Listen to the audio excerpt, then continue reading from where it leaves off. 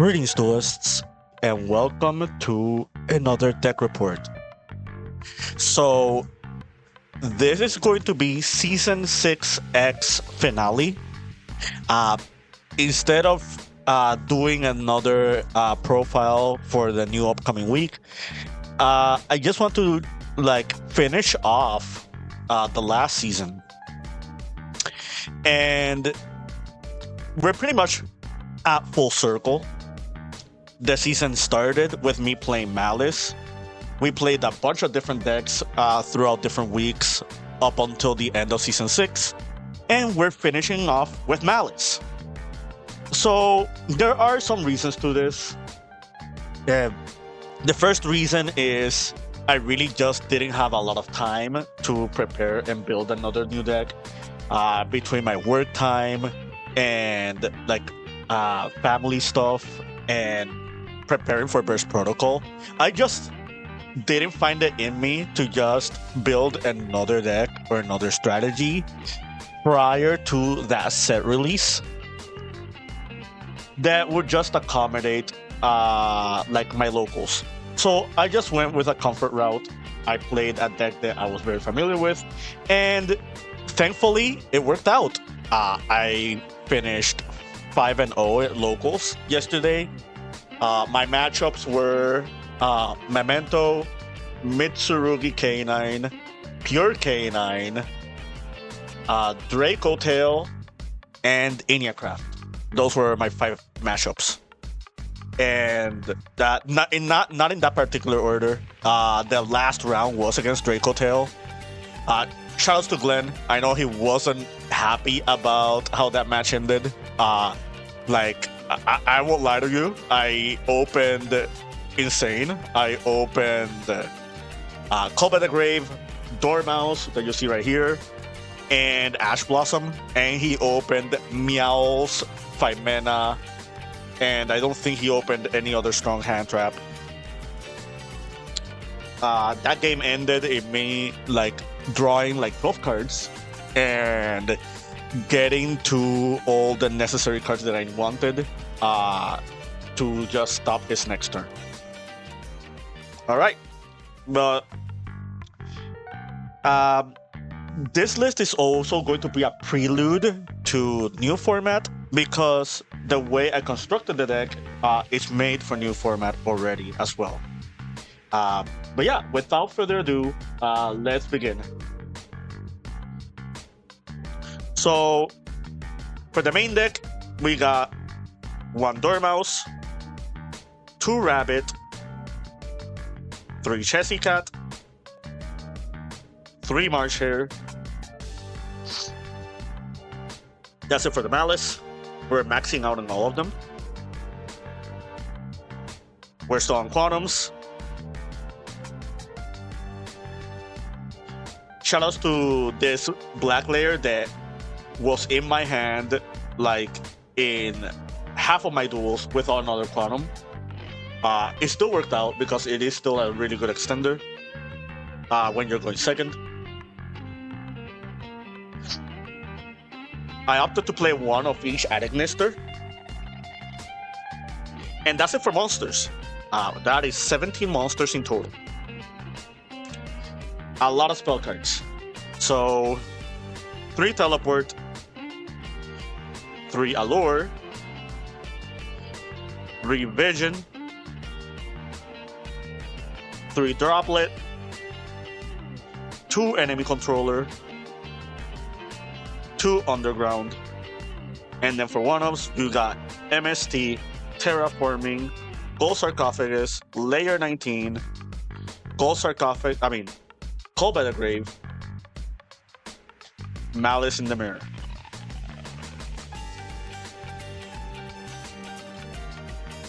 A lot of spell cards. I think there's 22 of them.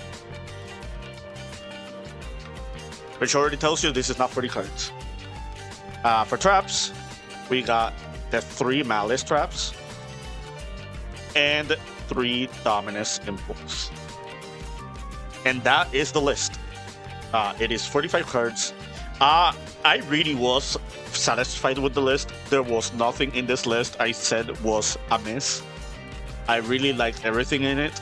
I'll talk more about my matchups and like how the deck was doing like after the rest of the profile. So extra deck, we got Linger Evo. We'll talk about this in a moment. Wicked, Cherubini, Phoenix, Lizard, SP, Red, Cryptor, we'll put this on the side, Access Code, Saryuya, Allied Kotaker, and then you have the two XYZ Quantums. Now, at the tournament, I was playing White Binder and Nightmare Cerberus. I did not summon Cerberus a single time. I summoned White Binder only twice. And I'll say this right now, I lost one of the two games I summoned the White Binder.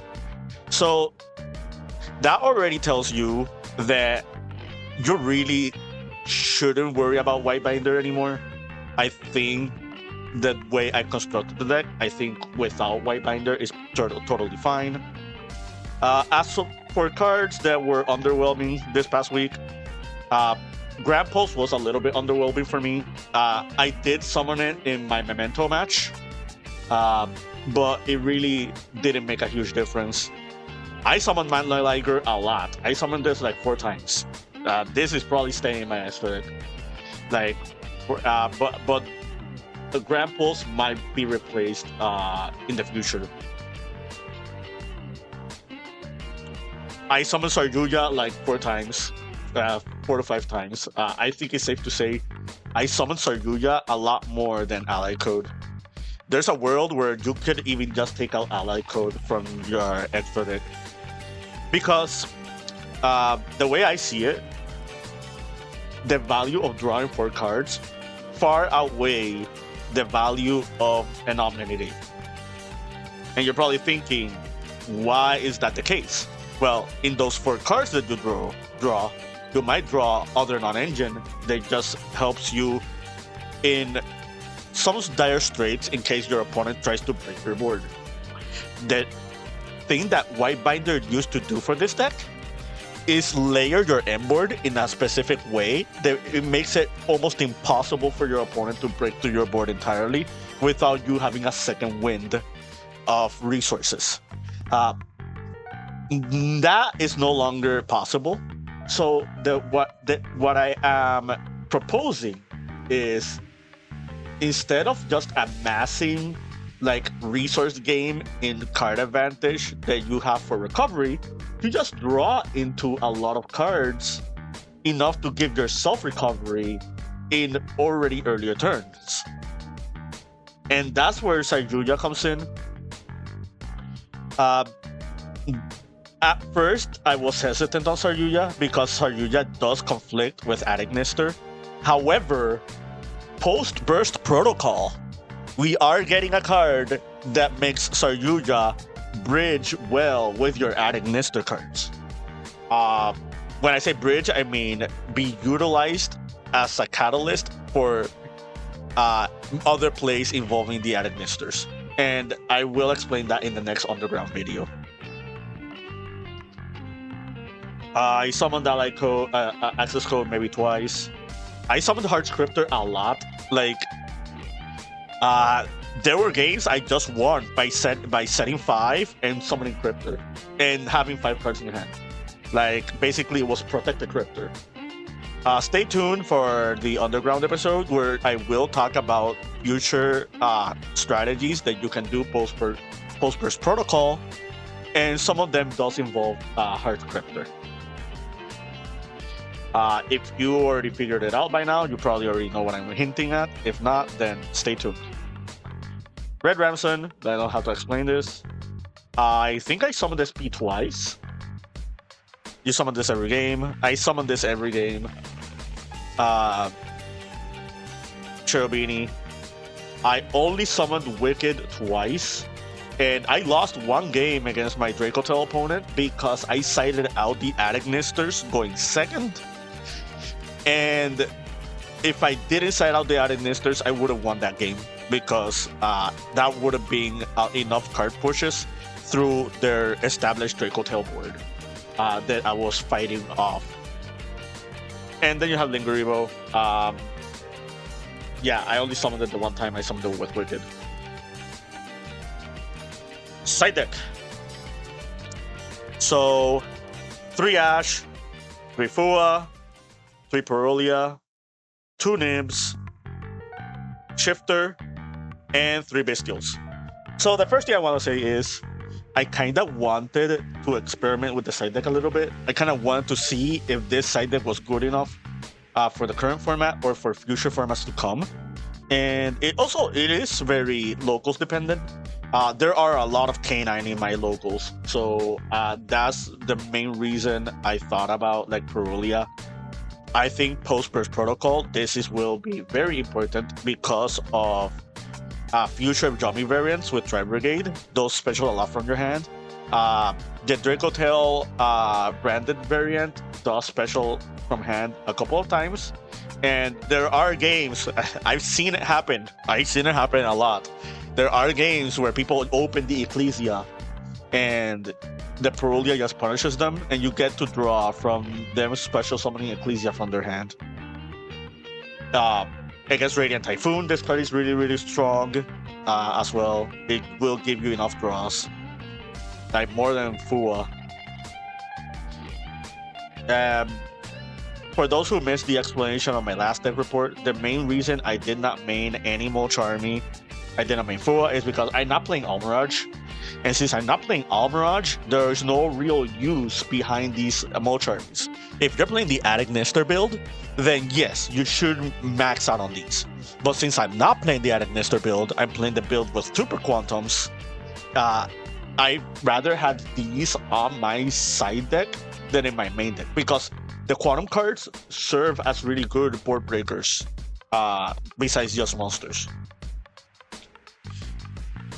This card is here for only one reason, and the only reason this card is in my side deck at all is Draco Tail. Like, I don't care about Molcharmy Wars, I don't care about like specific cards that your opponent could have that could just easily lose to Ash. Post side, I do side it in against almost every matchup, because there are some rogue matchups where this Ash is really helpful against, like my Memento and Inia Craft of Horn. Besides that, I don't think Ash is really needed at all, like besides Draco Tail specifically. You could make the argument for Radiant Typhoon against Crocea, or against Exo Sister with Martha. You could always do that. Like I do think you should be siding Ash, at least if you're not maining it. But yeah, Ash really isn't that impressive for me, even next format. So, Bestials. And let's talk about Shifter as well. So, I didn't know how many people were still going to play Yummy, like for the very end of it. I like Bestials in the sense that they also serve as breakers, besides just regular hand traps. The reason I did not main Bestials and I did not main the Shifter is because I felt like the deck was already constructed in a particular way that I kind of wanted the cards to synergize better. Bestials does not synergize with my draw cards. I mean, they are darks for Allure, that is true, but like you cannot fodder these off with Radiant Typhoon Vision. They're awkward into Droplet. They are really insane with enemy controller, I will admit that. But yeah, I just felt like Bestials are good enough to put in your side if there's a particular matchup where they are good against as well. I feel like Super Quantums is just enough of monster extenders for Maliss, at least in my build. So I opted not to main these. And then the last card I made was Nibiru's. I drew it against my Memento opponent, and I did win that match. I mean, I'm not gonna say this card dictated the match, but it made the match a lot easier that I had this. Because there was one particular moment where he had both Sleepy and the Memento Goblin, and he was low on Memento names, so he tried to use Goblin's effect. And I'm sure that if he would have popped the Sleepy with the Memento Goblin, that's already 3 Memento Mills. So I wanted to prevent that, so I nibbed them on the spot, and it worked out because they did end up on summoning Combined Creation, but they didn't have a lot after that. And to make matters worse, I drew into Impulse the turn after. All right. So, how does this deck feel into Burst Protocol format? I think this list is almost perfect for me specifically. There are some cards that arrived in Burst Protocol that I do want to play in this deck. One example is Forbidden Crown. I think Forbidden Crown synergizes a lot with this list. This list specifically. As to what I would replace for Crown, maybe swapping out the droplet numbers, maybe swap out the terraforming. I only drew terraforming once, and it wasn't even that necessary. I could just play without this card. Just open the undergrounds if I need to draw into them. I'm keeping this MST. MST was really, really good for me. This past locals.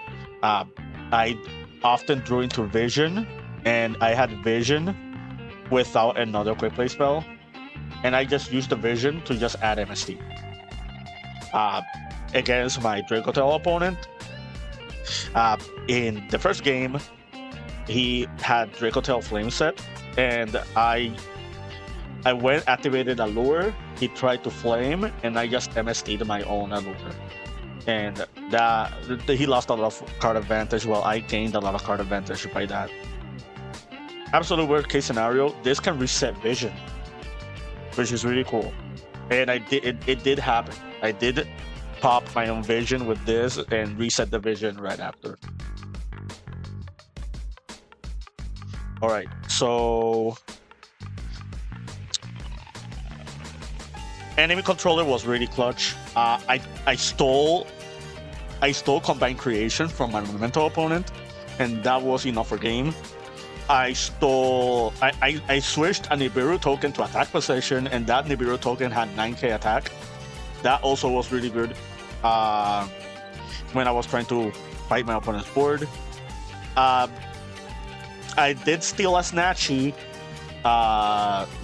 in the draw phase, and since Snatchy is only in the main phase, this card just took care of the Snatchy. Now with Snatchy being limited, this card is even stronger against Young, because they can no longer just play around it by having multiple Snatchies. And Droplet was really good. I did open Droplet a fair amount of times. And it did win me my pure K9 match. This card was very, very clutch against that matchup. MVP of the deck. I swear, I'm gonna keep playing this deck with this card. This card was really, really good. You have to be wary because post Burst Protocol, your Radiant Typhoon is going to be more popular, which means this will trigger Crosea, and you have to play around Crosea's follow-up in later turn. But there are ways around it. I would discuss it on another day, but for now, I think these 8 quick play spells are staying in my deck. There is the argument of just switching enemy controller for Forbidden Crown as well. That is something I could also do. But for now, I'm fine with this. Triple Allure, no regrets. I'm surprised this card is still at 3, in all honesty.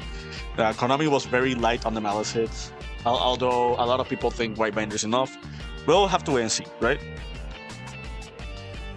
And, I don't have to explain this card. I really like the Quantum Engine. If you haven't tried out the Quantum Engine in Maliss, I really highly recommend it. is just really good.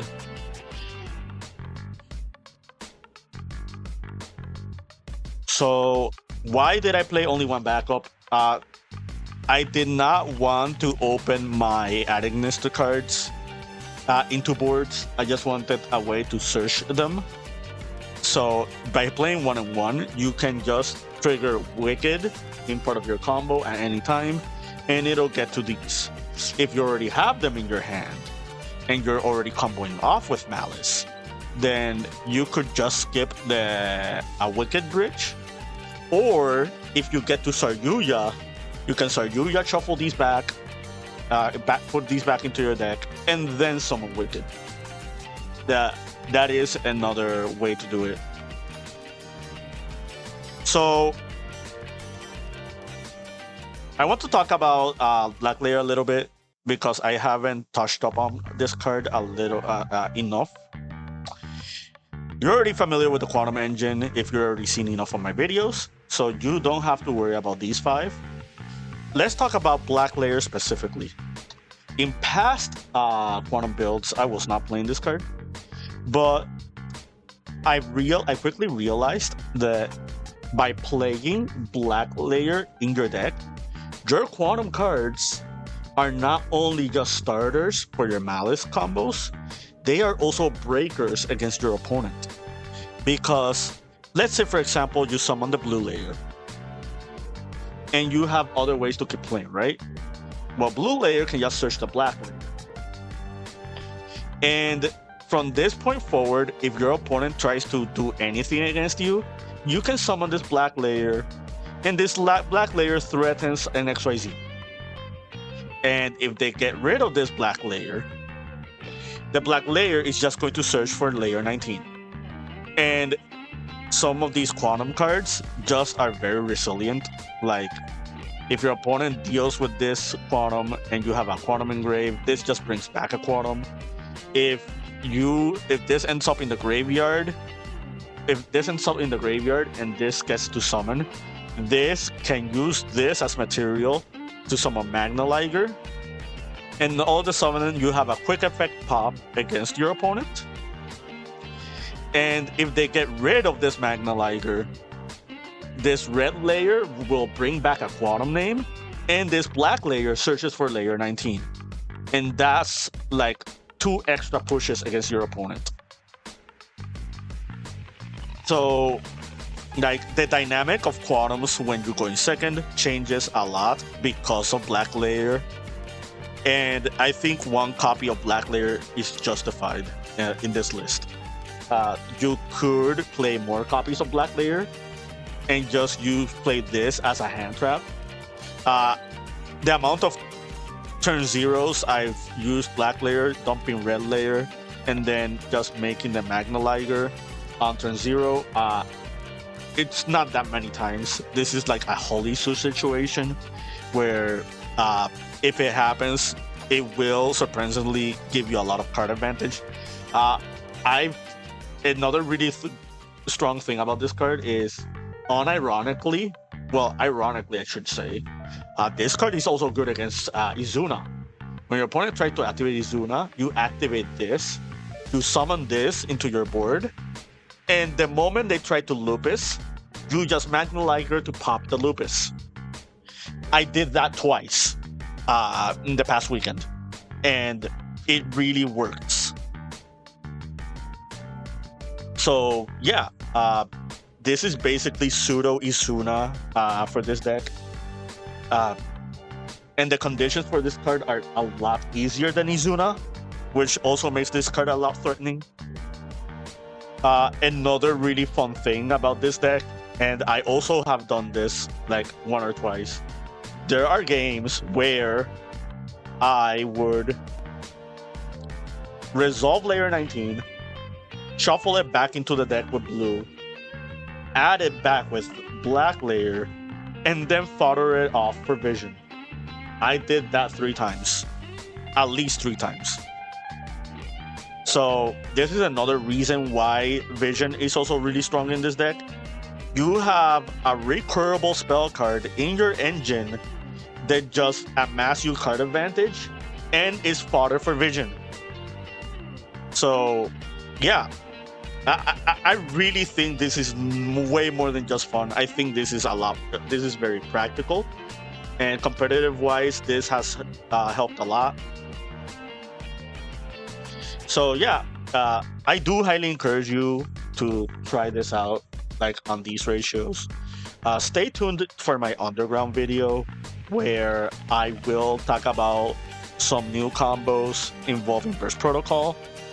And some combos might involve the Administer engine, just the Administers, and some of them will involve the Super Quantums. But yeah, that's it from me. I hope you found this informative. You're liking understanding. I really like Malice. Out of every single deck moving into Burst Protocol format, I feel like this is one of the decks I'm the most comfortable with at the moment. I still love Dracotail, don't get me wrong. I will profile Dracotail with Magistus in sometime in the future. I still love. I really like Radiant Typhoon. I think it's a really fun deck. I will profile Radiant Typhoon in the future as well. But for now, this is what I have for you guys. Keep practicing and keep dueling.